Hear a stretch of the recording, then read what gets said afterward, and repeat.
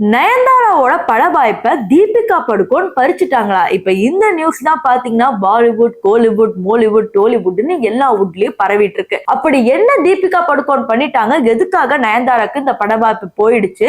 ஷாருக் கான் வேற இதுல ஏமாத்திட்டாங்க அப்படிங்கிற மாதிரிலாம் நியூஸ் பரபரப்பா பேசப்படுது. அது என்னன்னு தெரிஞ்சுக்கணும்னா இந்த வீடியோ ஃபுல்லா பார்க்கணும். வாங்க வீடியோக்குள்ள போகலாம். சமீப காலமாவே பாத்தீங்கன்னா நயன்தாராவுக்கு தமிழ் பட வாய்ப்புகள் ரொம்ப கம்மியாவே இருக்குன்னு கூட சொல்லலாம். எப்பவுமே டாப் ஆக்டர்ஸ் கூட கண்டிப்பா நயன்தாராவை நடிக்க வைக்கணும் அப்படிங்கிற மாதிரி எல்லா டைரக்டர்ஸும் ஆசைப்பட்டாங்க. ஈவன் ரஜினிகாந்தே என்ன பண்ணுவாரானா, நயன்தாரா தான் வந்து ஒரு லக்கியஸ்ட் ஆக்ட்ரஸ், அதனால வந்து இந்த படத்துக்கு தர்பார் படத்துக்குலாம் வந்து நயன்தாரா தான் வந்து ஹீரோயினா வேணும் அப்படின்னு கேட்டு நடிச்சிருந்ததா வந்து நியூஸ் எல்லாம் வந்துச்சு. ஸோ ஒரு 2015 to 2023 வரைக்கும் பாத்தீங்கன்னா நயன்தாராவோட லைஃப் பாத்தீங்கன்னா டோட்டலாவே வேற மாதிரி.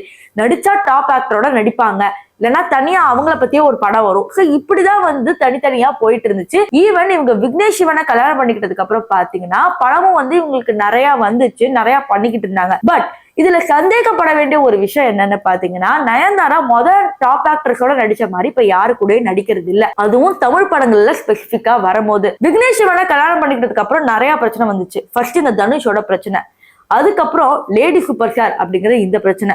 இப்ப புதுசா என்ன பிரச்சனை வந்திருக்குன்னா, ஜவான் படத்துல நயன்தாரா நடிச்சிருந்தாங்க. இது கிட்டத்தட்ட 1000 கோடி மேல வசூல் பண்ணிருந்துச்சு. இதையும் தாண்டி இந்த படத்துல நயன்தாரா விட தீபிகாக்கு தான் அதிக இம்பார்ட்டன்ஸ் கொடுத்து படம் எடுத்திருந்தாங்க அப்படிங்கிற மாதிரி ஒரு சில நியூஸ் எல்லாம் வந்துச்சு. அது மாதிரி தீபிகா இம்பார்ட்டன்ஸ் தான் வந்து அதிகமா இருந்துச்சு. அங்க நயன்தாரா வந்து டெபியூட் பிலிம்ங்கிறனால அங்க கொஞ்சம் கம்மியாவே இருந்துச்சு. சரி, இப்போ என்ன மேட்டருக்குன்னு வருவோம். இப்ப நயன்தாராவும் தீபிகா படுகோனும் பாத்தீங்கன்னா ஒரே படத்துல நடிச்சிருந்தாங்க இல்லையா?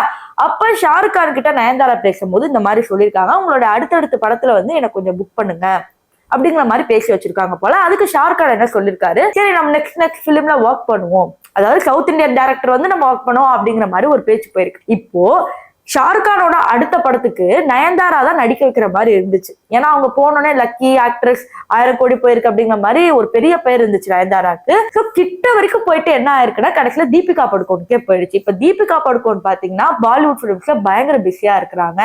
அவங்க டாப் ஆக்டரோட தான் நடிப்பாங்க. அவங்க படம் வருஷத்துக்கு ஒரு 5 படம் வந்தாலும் அதுல அவங்க தான் முக்கியமான கேரக்டராவே இருப்பாங்க. சோ ஷாருக் கான் தீபிகா படுகோன் காம்பினேஷன் வந்த படங்கள் எத்தனையோ பாலிவுட்ல இருக்கு. இப்போ ஷாருக் கான் நடிக்க போற இந்த முக்கியமான படத்துக்கு நயன்தாராவை எப்படிதான் நடிக்க வைக்கிறது, மறுபடியும் ஒரு பாலிவுட் ஹீரோயினை கொண்டு வரலாமேன்னு சொல்லிதான் தீபிகா படுகோனை மறுபடியும் நடிக்க வைக்கிறாங்க.